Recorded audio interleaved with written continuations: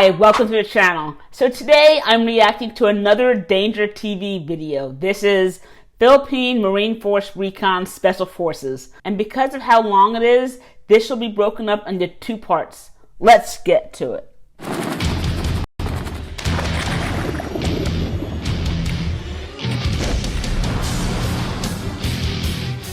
They are a rapid deployment strike force trained to operate on land, sea, and air. We have to have this mindset that we are willing to go and give more than the ordinary soldier. To become one of these warriors, the best of the best must undergo one of the world's toughest training courses. It's even worse than I imagined. Many try, but few succeed. Those who dare will be trained and tested in the push to receive the coveted badge in this elite band of brothers.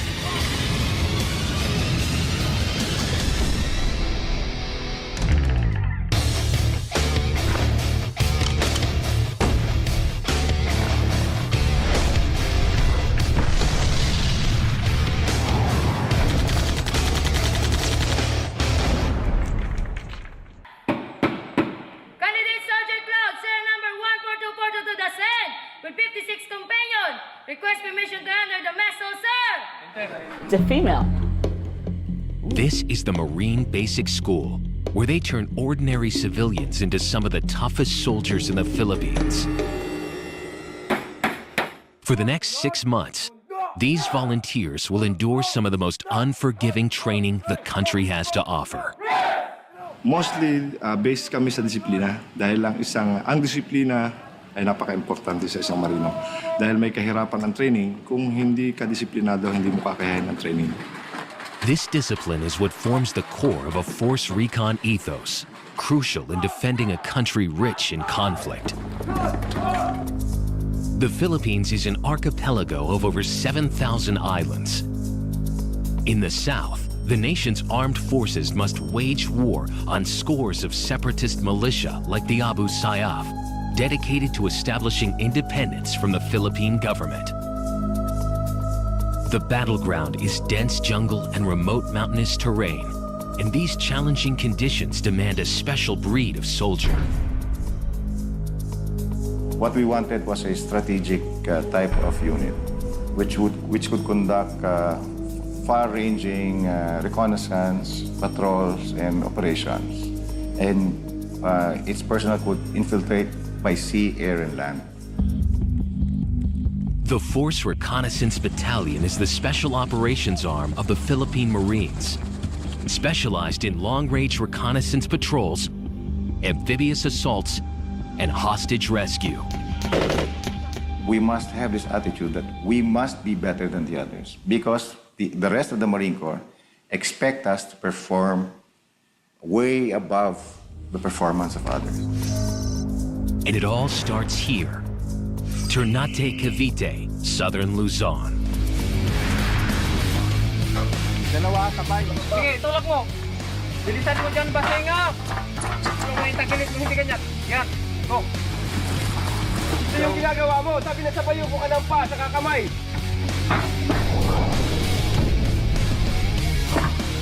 Ikaw din magsahin. Ayusin mo ito. So yesterday, I was speaking to my Filipino neighbor. He was an assistant principal in the Philippines who had only been in the States maybe a year or so. However, he spoke really good English. So I asked him about how well the Filipinos know English. And he says that everyone is taught English, and in schools, it's usually the language of instruction, even though they also know Tagalog and I think some other dialects as well. So my question is, in the military, is English also the language of instruction? Tawid mo yung paa mo.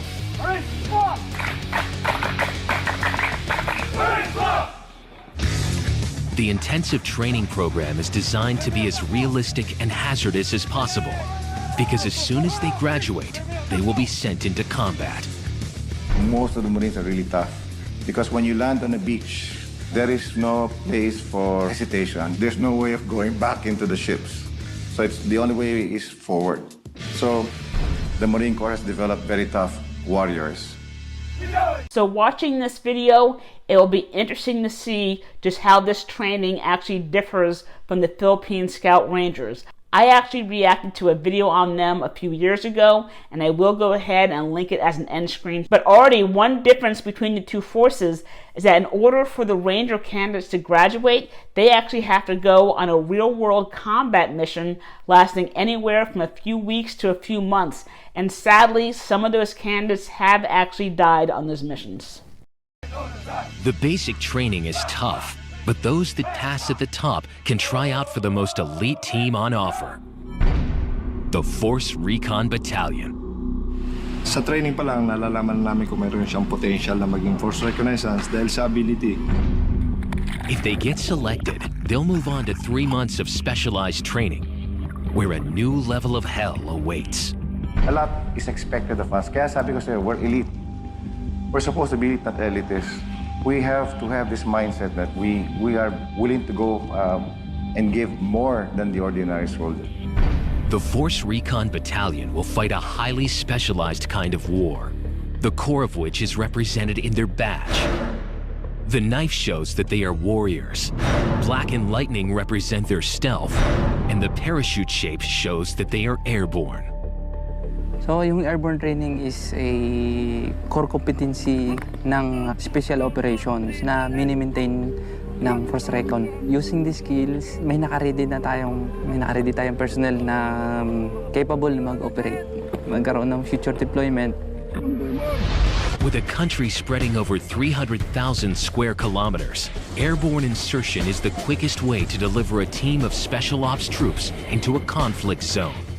If you want to be Force Recon, you have to have the coveted silver wings. And the training to earn them is not for the faint-hearted.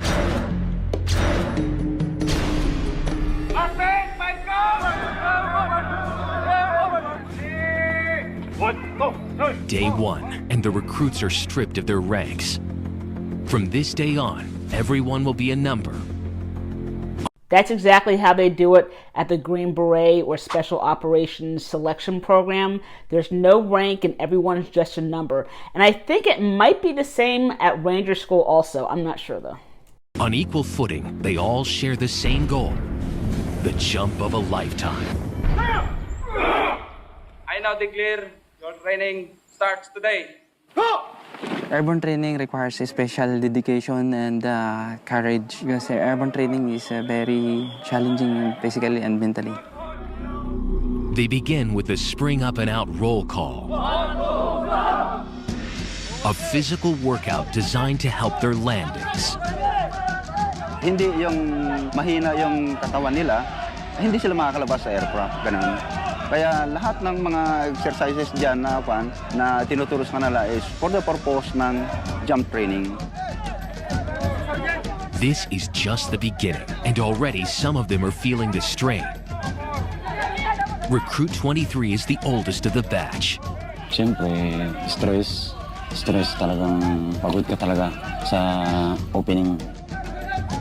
Ang pinakamahirap is yung ground training or tapping phase. Kasi dito, nagkakaroon ng adjustment eh. Nag-a-adjust ka psychologically, physically. In this first phase, close to 25% will be eliminated. Candidate 6 hopes he won't be one of them. Yung paghihirap dito sa airborne, wala siyang pahinga. Ang pahinga mo lang everyday, yung kain lang. Tapos, every 5 minutes lang may pahinga. After that, wala na. Count, system repetition, right to the left and right to the right. Are you ready? Sabay-sabay, exercise. After roll call, the punishing exercises begin. Yung nakikita natin ngayon dyan na exercise nila is para ma-practice nila yung balls of the feet, para hindi ma-flat-footed yung paa nila at makukurente yung pangangatawan nila. So not only will these exercises smoke their legs, it actually does help build muscle memory. Much of these exercises are especially designed to form the muscle memory needed for their ultimate mission. Jump from an aircraft, descend at 1,000 feet per minute, and land alive. This year, the Marines have selected more women candidates than ever before. It's a unique opportunity for Mary Joy Almedo. Sa akin, gusto ko mag-airborne, ma'am, para to prove to myself na kaya kong makipagsabayan din sa lalaki. Sinasabing hindi namin mapapantayan yung lakas na lalaki, ma'am, pero sa sarili ko, ginagawa ko yung makakaya ko, ma'am, to prove to myself. Those exercises look painful. Wag mong i-separate talaga. Wag mong i-separate yung ilong mo. Kung naka-clip talaga, i-clip mo talaga siya. Wag mong alisin doon sa helmet mo. I-clip mo yung chin. Ganyan. The first thing these recruits will learn is the last thing that happens, the landing. Getting the body into a flexible position for it to withstand the impact of hitting the ground. Not landing correctly could lead to severe injury or death. So I know this is Special Forces, but typically when it comes to airborne units, they're going to actually be a certain percentage larger than a traditional infantry force, and that's because they do expect casualties because of being in contact or because of landing. When I was pulling medical coverage on an airborne drop in Germany, there were about 1,000 soldiers jumping. We had 50 casualties, with 9 actually having to get medevac. So yes, jumping can be very dangerous. This is just a taste of what the next 5 weeks are going to be like. It's a lot of repetitive moves and motions, but this is where their discipline and focus will be put to the test. And ganun talaga, pag nag-undergo ka ng training, mahirap talaga sa mahirap yun.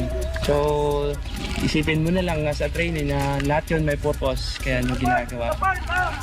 And design yun talaga para ma-overcome mo lahat ng whatever adversaries na maharap mo sa in the future.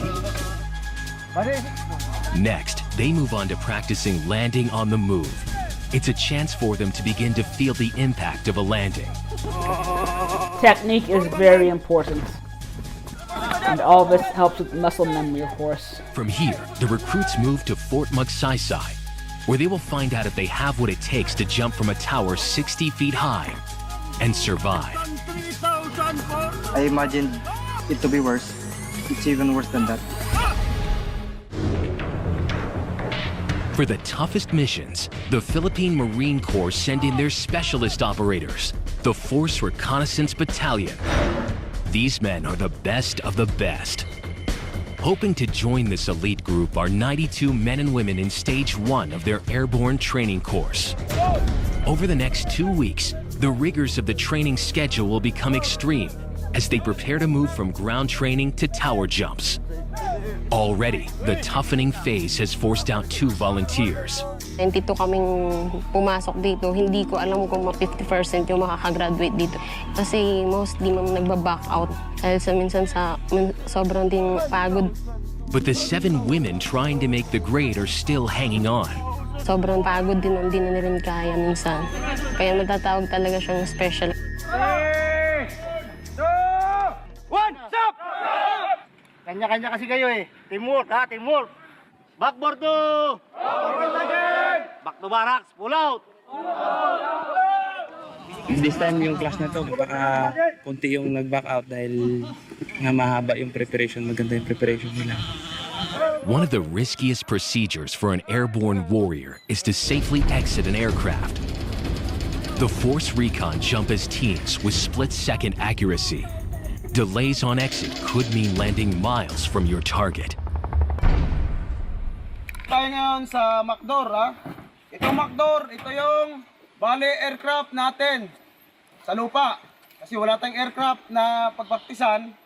Dito muna tayo mag-practice. Dito natin ginagamit ito sa exit. Stand nila daw. Kumano 5-6 again. Crouch siya, huwag kayong malon kagad. Umexit kayo dito. Ulitin ko naman. Takin yung ulo. Clip your elbow. Proper grabbing of reserve. While counting, knees together, feet together, and spring up and out. Kasi pag di ka mag-spring, either mabangga kayo sa side ng aircraft. Go! 1,000, 2,000, 3,000, 4,000. Hop! Ngayon, grab siya ng ganyan, di ba? Ang GM, titingnan ka ganyan yan. Ulit. Baka hang jumper siya or partial o total. Ha? Yan ang trabaho ng GM. Kaya gagawin nyo yan, Vans. Makdor natin dito. Gagawin nyo proper. This training is for fixed line jumping. A line is attached to the aircraft, which automatically releases the parachute as soon as they jump. But things don't always go to plan.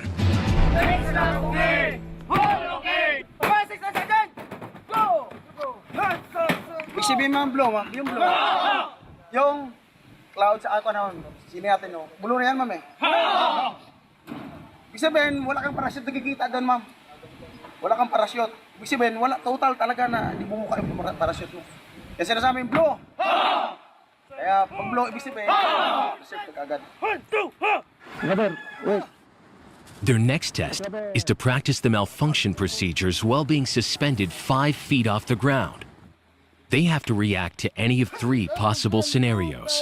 Necessary procedures that could someday save their lives. Like water landing. Helmet disengage. First up is Candidate 1, one of the senior members of the batch. His performance will set the bar for the others.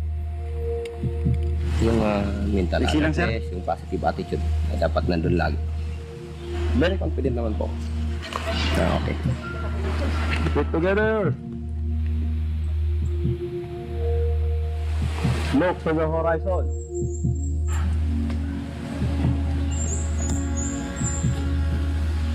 Hey, ready? No tap, no go. Go! 1,000, 2,000, 3,000, 4,000. The white flag represents looking up and seeing the parachute open. Treetop level. Treetop level means he needs to release his straps in time for a water landing. Yeah. You don't want to drown. The parachute brings you down in the water. Tanggal ng right strap. Saka lumaan na kasi nung gamit. Na ano siya. Hindi na siya madaling i-release kasi pang training lang yung mga gamit. Pag nangyari po yung ganun sa totoong buhay, may mangyaring hindi maganda sa'yo kasi madili ka na. And that delay means he runs the risk of getting dragged underwater by his chute and drowning. But when things go wrong, the Force Recon is always ready. Adapting and surviving in every situation is an essential part of their training, especially in the water. To learn how to deal with potential drowning situations, recruits are bound hand and foot and thrown into the sea. I love you, Force Recon! Go! Pag once nandun ka sa ilalim at kinapos ka ng hininga mo, talagang mamamatay ka sa ilalim ng dagat. The fear of drowning can lead to panic, so the men are first taught to relax. So U.S. Special Operations schools such as Navy SEALs, BUDS, Marine Force Recon, Combat Divers Course, etc., they will do drills in the water where their hands and feet are bound. However, I have only ever seen it in a pool with safety divers nearby. So this is very, very extreme. Next, they will have to learn to control their breathing and make their way to shore. Oh, wow. Do they have safety divers? 10% of the Force Recon recruits who take this test are expected to fail. Back at the Special Ops Camp, the Airborne Course is in the final stage of their ground training. Next, they need to overcome their toughest challenge yet. When airborne soldiers land in high wind conditions, they risk being dangerously dragged for long distances. They must learn how to get out of potential trouble. To practice, 10 men will drag a recruit along the ground to simulate wind drag. To pass, they need to be able to regain control by standing up. Ganitong procedure ng pag-recover. Pag hindi, kaya nang magkipuel. Kasi matigas na yan, nakakuha na yan ng fully blown na yung parachute. Ha? Ang gagawin dito, pag habang inihila siya, i-pull up. Dalhin dito. Itong isang pa, itapon dito sa side dito. Pagsabayan, tapos isikat. Pag nasikat na siya, pag nakatayo na, maramdaman mo nang itayo ka na niya, sabay bitaw itong tali. Ready, go! Hila. Hila. Go.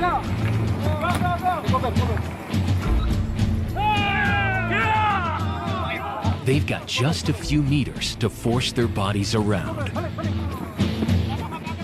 That's more difficult than it looks.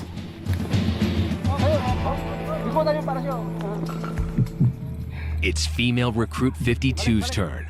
At 5 feet, she is one of the smallest on the course. Nakakatakot na. So do they not have a height requirement? Because the U.S. Army, they have to make sure that all students can actually hook up their lines in the C-130, I think. Nakikita ko sa mga unang nag-perform, mahirap talaga. Tapos yung mukha parang hindi na ma-drawing. Talagang mahirap dapat malakas yung lower body mo mag-twist mo para makuha mo yung pag-recover.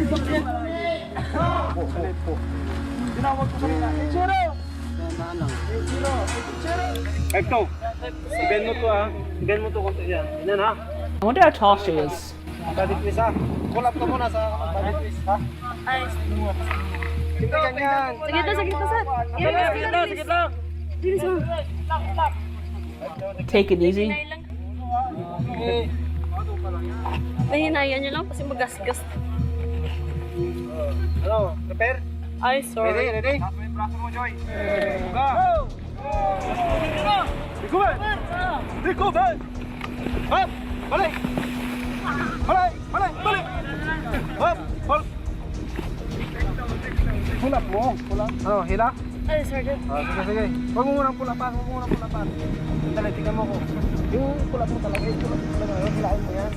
52 has one last try to get this right. Go! Pull up! Tapo yung pa! Go!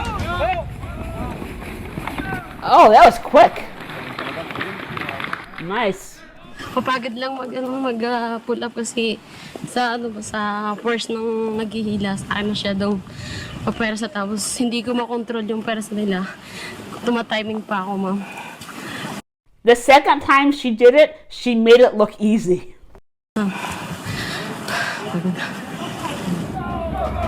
Now, the rest of the men have to prove they can do it too. With all the ground techniques conquered, it's time to take things higher up. Phase 2 moves to this training tower, a massive 60 feet in the air.